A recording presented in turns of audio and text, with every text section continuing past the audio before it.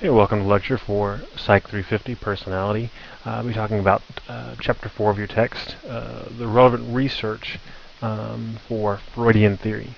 And we're going to talk about the research because research is one way to evaluate a theory. When you empirically examine hypotheses that can be logically derived from that theory, it can give you some information regarding how scientifically useful that theory is. Among professionals, there's a kind of an assumption that for a theory to be clinically useful, it must also be, to some degree, scientifically useful. So it must provide a way of understanding knowledge and events and observations in a way that's valid in order to be useful in the real world. So we're going to take a look at a couple of aspects of Freudian theory that have been examined empirically. But one thing to keep in mind as we do this, and as we do this for the other chapters, looking at the other theories, is it's not a matter of is the theory right or is the theory wrong overall, like it's good or it's bad. It's which aspects of the theory can be supported and which can't. And if certain aspects can't be supported, then they need to be revised. If a great majority of the theory can't be supported, then you probably need to find another theory. Okay. Starting off, let's talk about dreams. Remember, Freud talked about dreams being the royal road to the unconscious. And because dreams allowed for access to the unconscious, Freud believed that the content of dreams was important and that it reflected unconscious conflicts. So the way that we're able to study dreams, obviously not directly can observe people's dreams, so we ask them about their dreams, either upon waking, or sometimes we may wake them up in the middle of when we think they're dreaming, which we usually guess by looking at brainwave patterns, and ask them, what were you just now thinking? And it's theoretically possible that one day we might be able to see dreams if the brain imaging software continues to advance. We might be able to make sense of brain waves if we can find kind of correlations between certain patterns and certain images. Then it's possible that at some point in time we might be able to extrapolate images from these brain waves. But that's probably a ways off. For now, we're left with asking people what they dreamt about. Based on studies that have been done asking people what they dreamt about, we know a couple of things. Two main points here. One, the content of dreams isn't random. At least it isn't random all the time. Some of the content may be random, and we say that because we can't find any kind of correlation between the content of the dream and anything in the person's life. But at least some things in dreams are clearly related to what's going on in a person's life. This study you read about kids living in the Gaza Strip more frequently dreaming of violence than other kids who didn't live in a geographical area that was beset by violence. So that violent content isn't random. It makes sense. It's because that's what they're living with. So there is some correlation between dream content and reality, but that's not necessarily what Freud was talking about. He was talking about the unconscious, right? He was asking, well, he thought that the dream content was frequently symbolic of unconscious conflicts or impulses. So let's think for a minute about maybe how you could design a study to look at that. So one thing you might think is, well, an analyst doing psychoanalysis with a client should have some idea, after doing psychoanalysis for some amount of time, should have some idea of what their conflicts are, right? And they may or may not have shared with the client the insights they've gained, right? Because the psychoanalyst waits until the right time to interpret what they've learned. So at some point in time, they will know, at least they'll think they know, what the key conflicts are, and they won't have told the client yet. So we could design a study where we have analysts identify key unconscious conflicts in a group of patients, people being analyzed, but we tell them to do so without ever asking them about their dreams. And then we have a separate set of researchers ask people about their dreams, have them keep a dream journal, and then have a separate group of psychoanalysts or psychoanalytically trained researchers interpret the dreams, and then we see, does the conflicts that they see in the dreams, do they match the conflicts identified by the other analysts?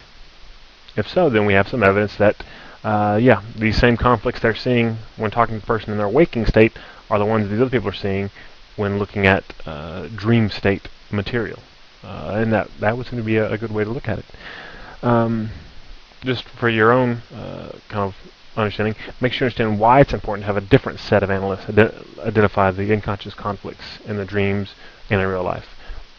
Because how would you interpret the study if analysts, you had maybe one analyst seeing a bunch of patients, and that analyst said, okay, this is the conflict I'm hearing them talk about, and they told me about their dreams, and I see the same conflicts in their dreams. There's a good correlation here. There's your evidence. Why would that not be as good evidence, as solid evidence, as doing it with separate people looking at the product of the awake analysis and the product of the dream analysis? Okay, so make sure you understand why there's a difference there. Okay, let's go a little further down that track. So if we did that study, if there was a match, what would it mean? What would it mean if analysts identified both in the awake therapy and from the dream analysis, different analysts here, okay, this client had this conflict and it showed up in both places. Would that be unequivocal proof of unconscious conflicts that are reflected in dream material? Maybe. It might be, if there was sufficient variability. But if all the clients in their dream material, the analyst said they have an issue, they're angry at their parents, and in all the kind of awake analysis, the analyst said, oh, they're angry at their parents, and we have a 100% match. Well, you just said everybody's angry at their parents, and of course it's going to match, because maybe that's just, you always say the same thing for everybody. This is kind of Barnum effect, right? With the Barnum effect, where you give somebody read their fortune. Oh, you're a person who dislikes being misunderstood by others. Oh, you know me so well. Oh no, that's true of everybody. So if analysts make these overly broad interpretations of conflicts, then the validity of the findings might be questionable, and you might wonder about what you could really conclude about that study. So it depends on what the data look like. If there wasn't a match, what would that mean? Would that prove unequivocally that there are no such thing as unconscious conflicts? But if there are, they're clearly not represented in dreams because the two didn't match up. Maybe, maybe not. Because again, we have different analysts looking at different things, and it could be that these clients have multiple conflicts. In some conflicts, analysts get access to via dreams, and other conflicts they get access to via psychoanalysis. So even if you design a study that seemingly would give you straightforward answers, that's the hard part. There usually are no straightforward answers from one study. So in science, especially psychological science, it's a series of studies that have to be done to try to get any kind of clear idea of what's really going on. But again, one thing we do know is the content of dreams doesn't seem to be random. Is it related to unconscious conflicts? The answer to that is less clear. But people who are more anxious, more stressed, tend to have more dreams and dream more about stressful, anxious things. But again, they're usually things that they're conscious that they're anxious or stressed about. Because we don't really have a good ways of knowing the degree to which they're stressed at an unconscious level. Okay. So the content's not random, and dreaming does appear to be functional, has some purpose. And we believe this based on some decent evidence, not great evidence, because we know that dreaming occurs primarily during REM sleep. Not exclusively, but primarily. So if we deprive people of REM sleep, we can deprive them of a lot of their dreaming. So the thinking goes. We can't guarantee that because, again, we can't observe people's dreams. We can't know for sure when they're dreaming and when they're not because they're asleep.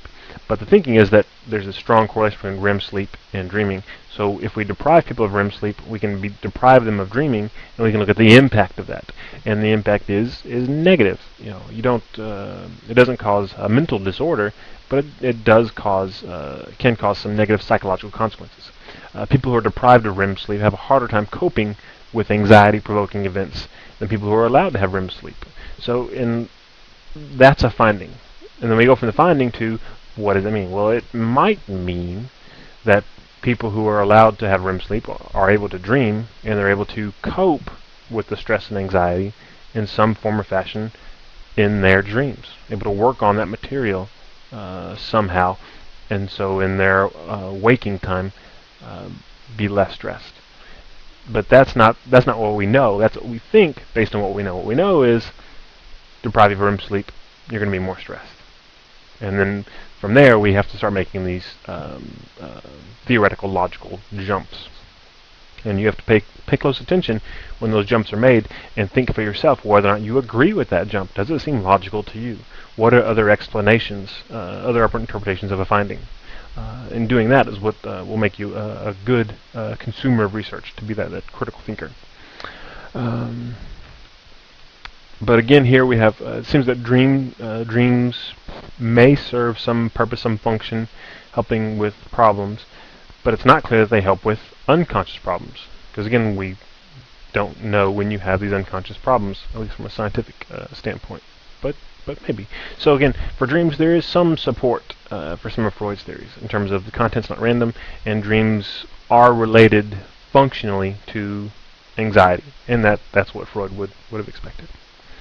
Okay, defense mechanisms, which again Freud didn't write about directly, except for repression, but he kind of hinted at, and then his daughter and other theorists really added to his work, talking about defense mechanisms, the ego's way of protecting itself from the anxiety caused by the conflicts.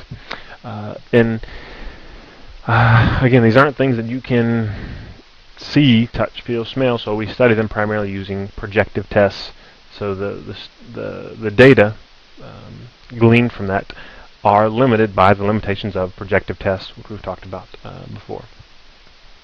But based on these studies, what we think we know is that the use of defense mechanisms, as indicated by projective tests, responds to threat. If we threaten people's identity, self-concept, we cause anxiety, people will use defense mechanisms to a greater extent than if we don't provide some threat. And that would be consistent with Freud's predictions. The other interesting findings about defense mechanisms have to do with how they change, the maturation. Going from children, early childhood into later childhood, adolescence, into adulthood, you start off with really what they refer to as immature defense mechanisms because you're a kid, and you have denial, and then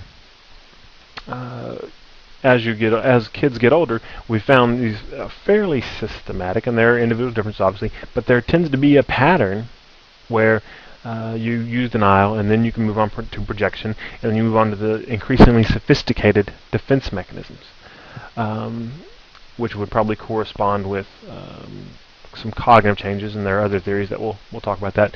But the fact that the type of defense mechanism used changes as you grow older isn't necessarily supportive of Freud's theory. The fact that they're used is supportive of Freud's theory.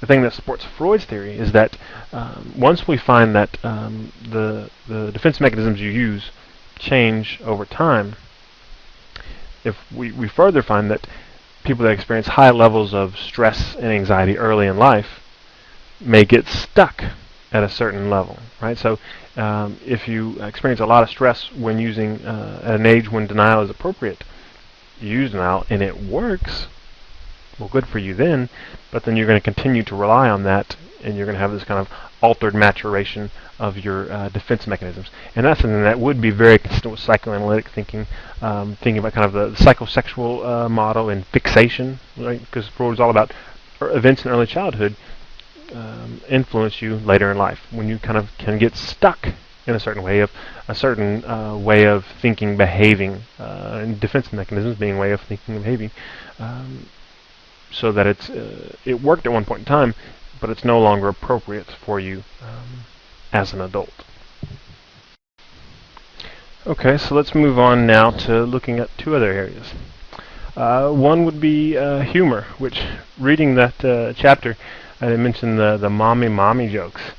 Well, that's some evidence of repression. I'd forgotten all about those horrible jokes that we told as children. Hopefully my kids won't tell those. Anyway, some of the findings. Sex and violence are funny. At least we seem to think they're funny. We laugh more at jokes that include sexual or aggressive or violent themes, and many jokes include those themes. And Freud would say that we are laughing at them, and they're not really that funny, And if you look at the jokes, the kind of the humor content, not necessarily as high as it would appear, given how much you may be laughing. But we laugh at them because there's this tension that builds up when sex and aggression are mentioned, because we want sex and we want aggression, but we don't want to admit that we want those things. Or we have these impulses from the id and superego saying, no, they're bad, don't talk about them. But as the joke is told, they're brought up into kind of conscious to everybody, and tension increases, and there's a punchline that releases that tension, and that's what makes you feel good, and that's why you laugh more loudly. And we like that because it allows us to vent, to give vent to those impulses in a fairly socially acceptable way, depending on how bad the joke is. So one thing to think about, though, is again, it's not clear. So it is clear that we do find jokes with sex and violence funny. It's not necessarily clear that that's because of unconscious conflicts.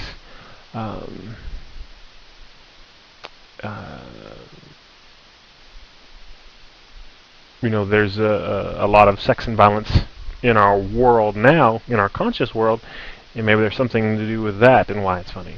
So when we try to think about an experiment about ways you could look at this. One idea might be to show people a film, and you get three groups. You show one a film with lots of erotic content, show another group a film with lots of violent content, and then show another film with neither erotic or violent content. Right. So when you do that, if there are these kind of unconscious conflicts related to sex or violence, depending on which film you watch, you should be experiencing some tension and should want release. And if you use humor to give release to this tension, then you should want to tell or create or hear jokes related to that. So you could have people watch these films and then have them write a knock-knock joke, and then see across the three groups, do the type of knock-knock joke they write differ? Is there more sexual content in the group that saw the erotic film than the one in the violent film? If not, like let's say they both had sexual content, what would you make of that? Could it be that any film, any stimulus, erotic film or the violent film, that leads to arousal, regardless if it's erotic arousal or violent arousal, will lead people to tell sexual jokes? Or what if both films lead to more aggressive jokes? What does that mean? Right, so it's one thing to kind of design a study to test the hypothesis. It's another thing, again, to make sense of the results and come up with unequivocal results, which with Freud's theory, really hard to do, because we've got some kind of very loose ideas here that are often hard to quantify. Okay, so as I've already kind of alluded to, humor appears to serve a tension reduction function, and that seems to be supported by research, and so that the more tension that's involved, the louder and the longer that people laugh. So there is this relationship between tension and funny, which would be consistent with Freudian understanding. Related to this, in terms of the use of hostile humor, there's some evidence that listening to, participating in hostile humor can make you less hostile, right? Which is counterintuitive in some ways and runs counter to some other research, which suggests that doing anything aggressive or listening to aggressive stuff makes you more aggressive. But according to Freud, you're having this kind of cathartic experience and you're getting that impulse out of you, and now you can be less hostile. And some research supports this, right? But some doesn't. Some research shows the opposite, that participating in hostile humor actually makes you more hostile. So there's probably some other moderating variables that are involved with this. But it does has some real-world importance, especially right now. If you read the celebrity news, or even on the real news, it's been a story lately about Tracy Morgan telling jokes in Tennessee about homosexuals. I don't know if you even call them jokes, but a rant, part of which included talking about if his son came home and told him he was gay, or acted as if he was gay, he would stab his son to death. And some people in the crowd, by reports, laughing hysterically at this. Why is that? That there's no really humor content to that joke, to that statement. If my son did this, I would stab him. Ha! That's not funny. But they laugh. Why? Right? And Freud would say, "Oh, well, I know why." There's this unconscious impulse, aggressive impulse of hate to hurt other people who are different. And he might also say, well, they might also have some sexual things going on here, where they have their own sexual issues that they're uncomfortable with, and they hate themselves for that, and that's where some of the aggression comes from. But events like this, and some researchers say that would serve to diffuse the aggression and make people less hostile toward the group that's being attacked in the joke. But the other research says no, it actually will make them more dangerous, and kind of models that it's okay to be hostile, and it increases arousal, which is related to acts of aggression. So this type of humor attacking certain groups is potentially very dangerous. So some of the stuff we talk about should have, I hope you'll see, clear real-world ramifications. And this is one of them that Freud would have something to say about. Okay, moving on from humor, looking at hypnosis, which again, Freud started with hypnosis and then left it because of some limitations. Nonetheless, still kind of a psychoanalytic, psychodynamic concept in some ways. Some people believe that it involves an altered state of consciousness, right? And they've demonstrated that people can experience analgesia, the lack of feeling pain, and amnesia, inability to recall information, while under the state of hypnosis. And those are pretty neat studies, but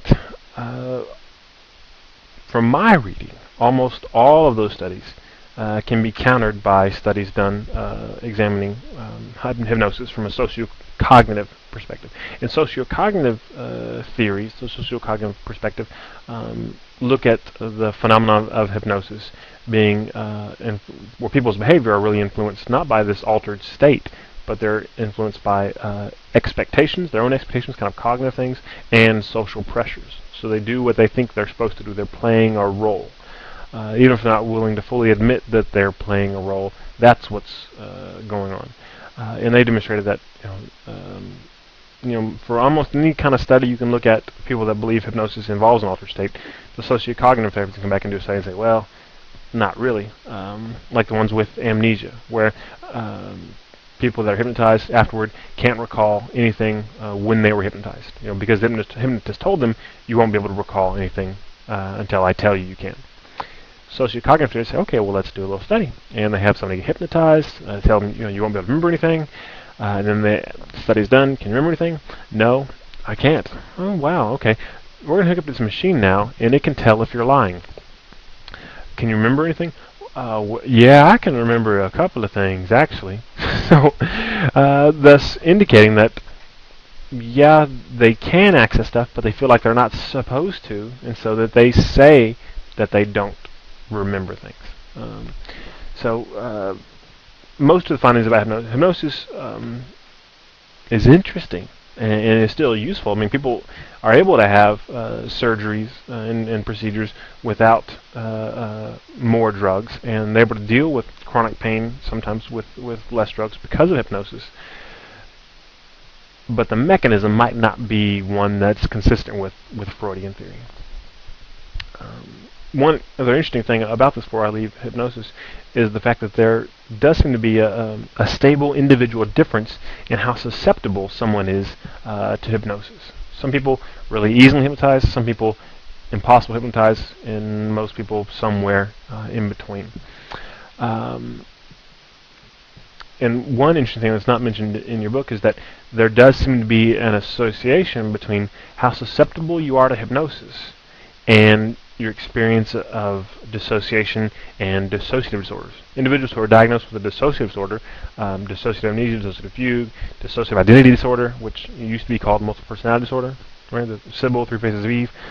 People that meet criteria for those diagnoses are quite commonly much higher than average on their level of susceptibility to hypnosis.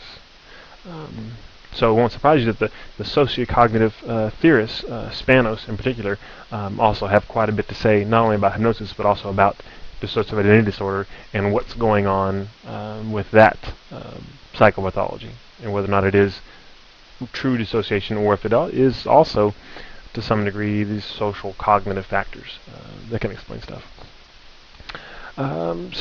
Hypnosis, there's research that says yeah, it works, but the research doesn't seem to support that it works because it's an altered state that allows you to connect to the unconscious.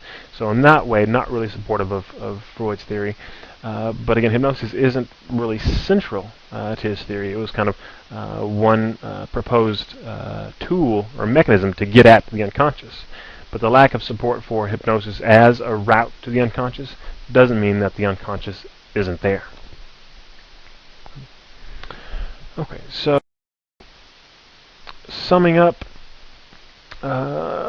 there's some empirical support for Freud's theories, if you will. Many of the predictions one will make based on Freud's work have been supported, but not all of them have been supported.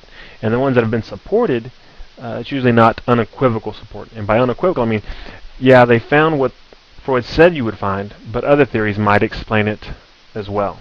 So just because Freud was right doesn't mean that he was right in the theory. Right? So if I say that I can predict the weather with a flip of a coin, I say if it's heads, it's going to rain tomorrow. I flip the coin and it's heads, and tomorrow it rains. I was right. Doesn't mean that I can predict the weather with my coin. I happen to be right that time. Right? Or if I say my umbrella causes the rain. Whenever it gets wet, it rains.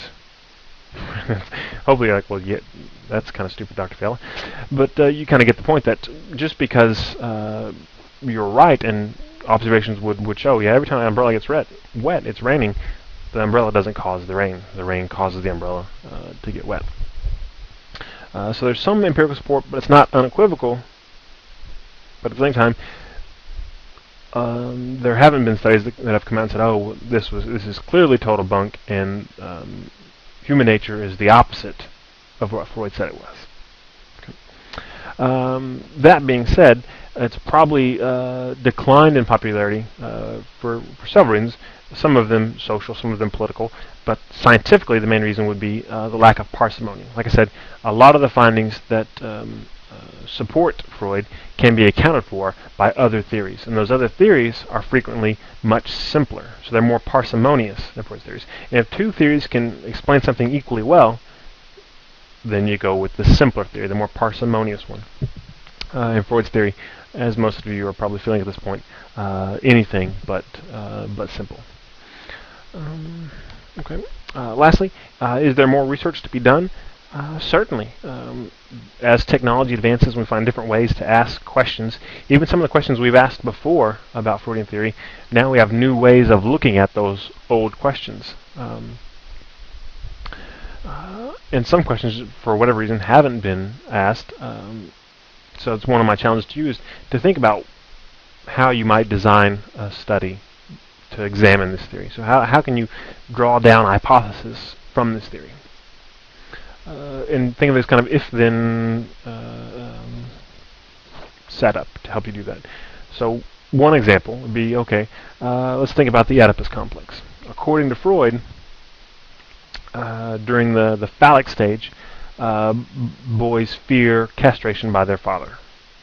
Right? So that's the theory. So if that's true, so if boys fear castration by their father, then what? If that's true, then what would we see?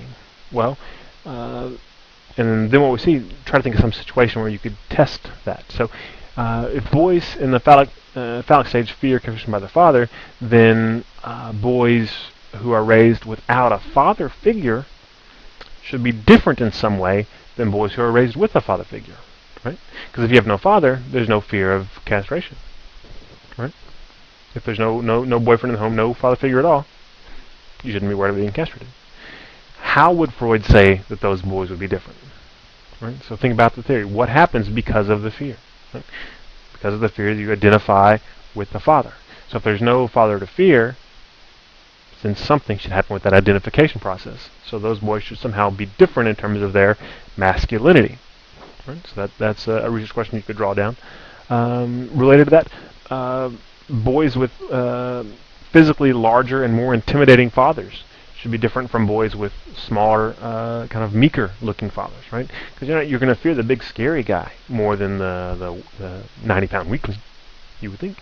And if there's different levels of fear, then that should also impact that relationship and that process, right? And that's something that can be tested. You can't test. It'd be difficult to test whether or not they fear castration by their father. Ask kids, so do you think Daddy's going to castrate you? What's castration? Probably not an appropriate study. But you think about, well, what does Freud say is going to happen? And then think about, okay, in certain situations, if this were present, if this were present, if this were happening, how would the process work? How would it be different for these people or these people? Okay? And that's one way to go about trying to generate more research to determine the validity of a theory. Okay, that's all for now. Take care.